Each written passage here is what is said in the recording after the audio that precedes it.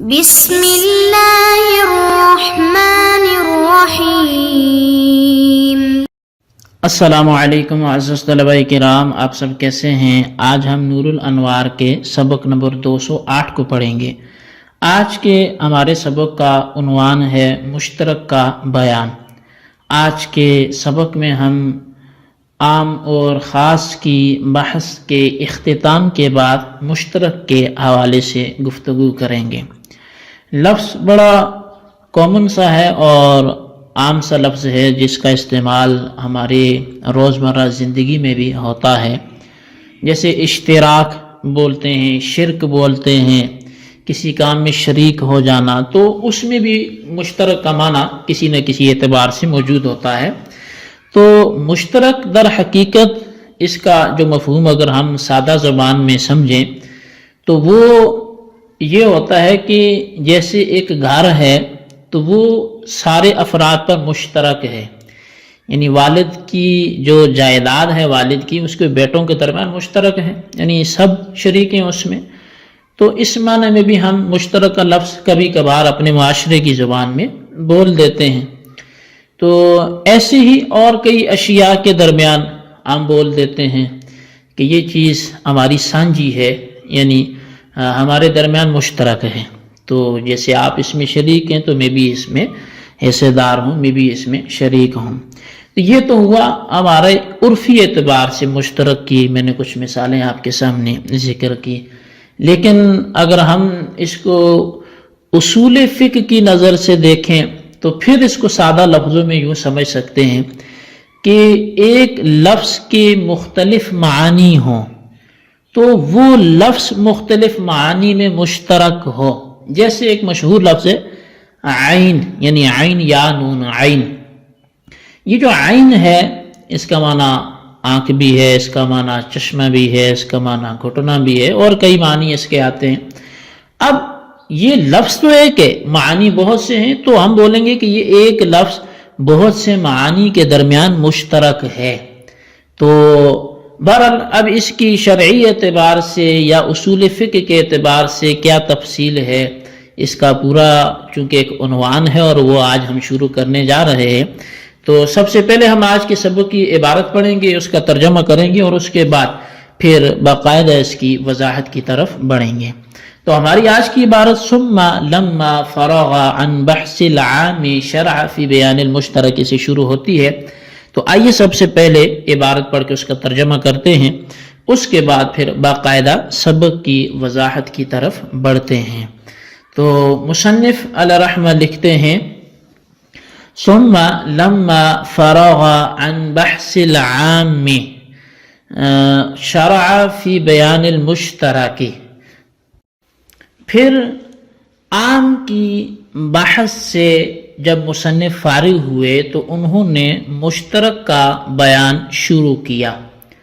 فقال، چنانچہ مصنف علیہ رحمہ نے فرمایا وَأَمَّا الْمُشْتَرَكُ فَمَا يَتَنَاوَلُ أَفْرَادًا مُخْتَلِفَةَ الْحُدُودِ عَلَى سَبِيلِ الْبَدَلِ، مشترک وہ لفظ ہے جو مختلف الحدود افراد کو علی سبیل البدل شامل ہو۔ اراد بالافراد ما فوق الواحد لیتناول المشترک بین المعنیین فقط، مصنف نے افراد سے ما فوق الواحد مراد لیا ہے، ایک سے اوپر والے مراد لیے، تاکہ تعریف دو معنی کے درمیان مشترک لفظ کو بھی شامل ہو جائے۔ اور وہوا یخرج الخاص، اور یہ جو قید ہے یہ خاص کو خارج کر دیتی ہے۔ وقولہ مختلفۃ الحدود یخرج العام علی ما مر، اور مصنف کا قول مختلفۃ الحدود یہ عام کو بھی خارج کر دیتا ہے جیسا کہ یہ گزر چکا۔ وقولہ علی سبیل البدل لبیان الواقع، اور مصنف کا قول علی سبیل البدل یہ بیان واقع کے لیے ہے۔ او احتراز عن قول الشافعی انه على سبیل الشمول کما سیأتی، یا پھر امام شافعی علیہ رحمہ کے قول علی سبیل الشمول سے احتراز ہے جیسا کہ ان قریب یہ آئے گا۔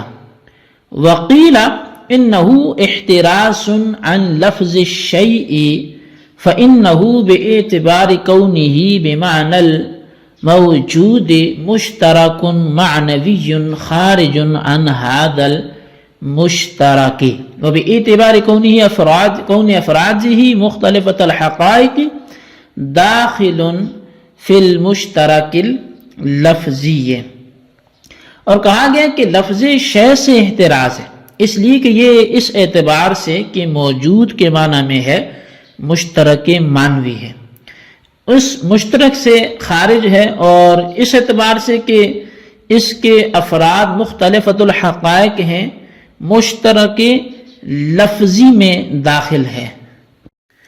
كالقرء للحيض والطهر فإنه مشترك بين هذين المعنيين المتضادين لا يجتمعان، وقد أفضله الشافعي بالطهر وأبو حنيفة بالحيض كما عرفت، جیسے کہ لفظ قروء اور لفظ حیض کہ یہ لفظ قروء جیسے کہ یہ حیض اور طہر کے لیے ہے، اس لیے کہ یہ ان دو متضاد معنی کے درمیان مشترک ہے جو جمع نہیں ہو سکتے۔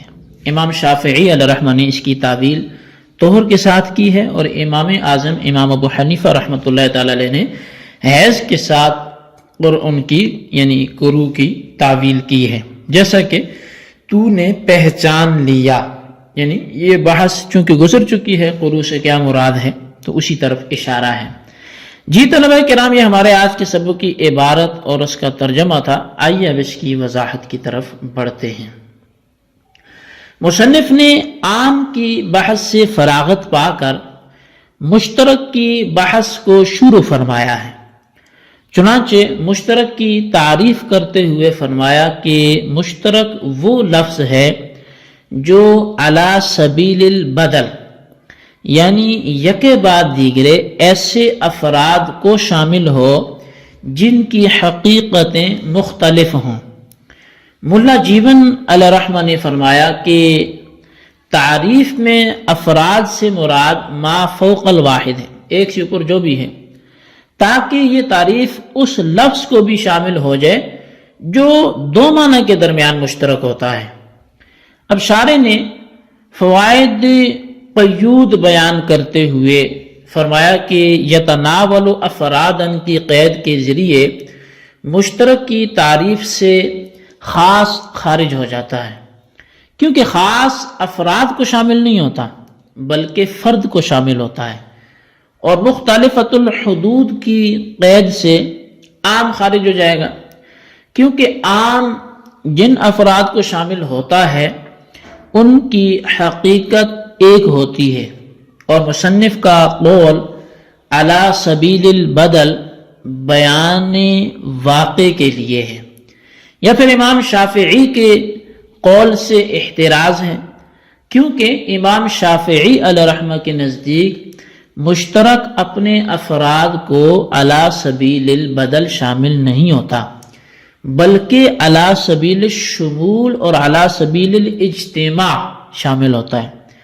اور بعض حضرات نے کہا کہ علی سبیل البدل کی قید کے ذریعے لفظ شے سے احتراز کیا گیا ہے، کیونکہ شے اس اعتبار سے کہ وہ موجود کے معنی میں ہے، اپنے تمام افراد میں اشتراک معنوی کے ساتھ مشترک ہے، اور تمام افراد کو علی سبیل الاجتماع شامل ہے، جیسے حیوان، پس یہ اس مشترک یعنی مشترک لفظی سے خارج ہو جائے گا، مگر اس اعتبار سے کہ شے کے افراد مختلفۃ الحقائق ہیں، شے مشترک لفظی میں داخل ہو جائے گا۔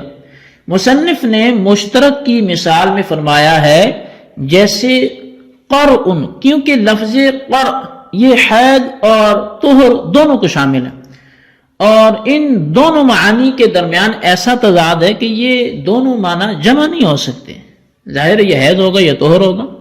امام شافعی علیہ الرحمہ نے اس سے طہر مراد لیا ہے اور امام اعظم امام ابو حنیفہ رحمۃ اللہ تعالیٰ نے اس سے حیض مراد لیا ہے. اور اس کی تفصیل خاص کی ابتدائی بحث میں گزر چکی ہے، تو آپ بھی وہاں سے اس کو ملاحظہ کر سکتے ہیں اور وہ اسباق پھر سے سن سکتے ہیں. جی طلبہ کرام، یہ ہمارا آج کا سبق تھا. اس کی عبارت ترجمہ وضاحت تھی جو آپ نے سنی. اس کو اچھی طرح سمجھیں اور اس کے خلاصے کو رجسٹرز پر نوٹ کریں، بالخصوص ان سوالات کے جوابات بھی دیں. سوال نمبر 1 یہ ہے کہ مشترک کی تعریف بیان کریں. اور سوال نمبر 2 یہ ہے کہ مصنف کا قول مختلفۃ الحدود سے کیا چیز سے احتراز لازم آتا ہے، وضاحت سے پرد قلم کریں. اللہ تبارک و تعالیٰ سے دعا ہے جو کچھ ہم نے پڑھا سنا اسے یاد رکھنے کی توفیق نصیب فرمائے. آمین بجاہ النبی الامین صلی اللہ علیہ وسلم.